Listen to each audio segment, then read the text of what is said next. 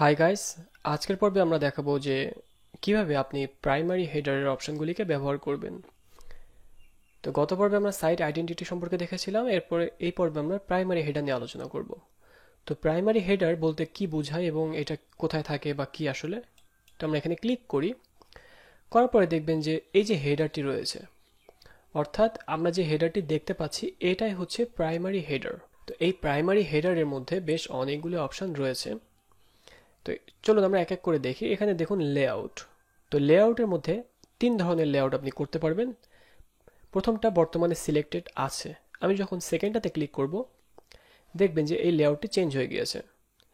এরপরে আছে থার্ড স্টেপে 3 নম্বরের লোগো রাইট, এবং এই লেআউটটি চেঞ্জ হয়ে গিয়েছে। তারপর আছে উইড। আপনি যদি ফুল উইড দিতে চান, খেয়াল করুন বর্তমানে এটার উইড আছে এতটুকু।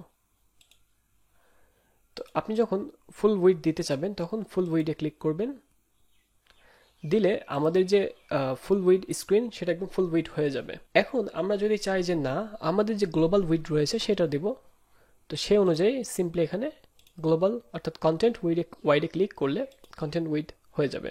এরপরে যেটা আছে সেটা হচ্ছে বর্ডার বটম, অর্থাৎ নিচে একটি বর্ডার রয়েছে দেখুন 1, আমি এটাকে উঠিয়ে দিলে দেখুন বর্ডারটি আর থাকবে না। তো এখন আপনারা হয়তো বুঝতে পারছেন না অনেকে, তারপর আমি যদি একটু বাড়িয়ে দেই 4 করে দেই, দেখুন একটু মোটা একটা দাগ এসে গিয়েছে। আমি যদি 10 দিয়ে দেই দেখুন আরও মোটা একটি বর্ডার চলে আসছে। এই বর্ডারের কালারটি আপনি যদি রেড দিয়ে দেন তাহলে আরও ভালো বুঝতে পারবেন, চোখে পড়ার মতো। তো এই হচ্ছে বর্ডার বটমের কাজ। তো আমি যদি এটা 1 করে দিই তাহলে দেখুন ছোট্ট একটি বর্ডার। তো লেআউটটাকে আমি আগের পর্যায়ে নিয়ে আসি। এরপরে যেটা আছে লেআউট। তো আমরা দেখি প্রো মডিউলে আরও কিছু অপশন রয়েছে। টাইপোগ্রাফি আছে, মোবাইল হেডার, মোবাইল সেকশন, এরপরে ন্যাব মেনু। তো ন্যাব মেনুটা আমি অ্যাক্টিভ করার পরে এই ন্যাব মেনুটা মূলত যখন আপনি মেগা মেনু তৈরি করবেন তখন। তো এখানে আরও কিছু অপশন রয়েছে যেগুলো আমাদের প্রয়োজন নেই। তো আমরা একটু দেখি যে এখানে কোনো এক্সট্রা ফ্যাসিলিটি আসে কি না। তো প্রাইমারি হেডারে এতটুকুই থাকার কথা। তো আমরা আবার হেডারে যাই, দেন প্রাইমারি হেডার, তো দেখুন এতটুকুই আছে। তো ন্যাব মেনু আমরা শুধু শুধু অ্যাক্টিভ করেছি, এটা আমরা পরের পার্টে আপাতত ডিঅ্যাক্টিভ করে রাখি।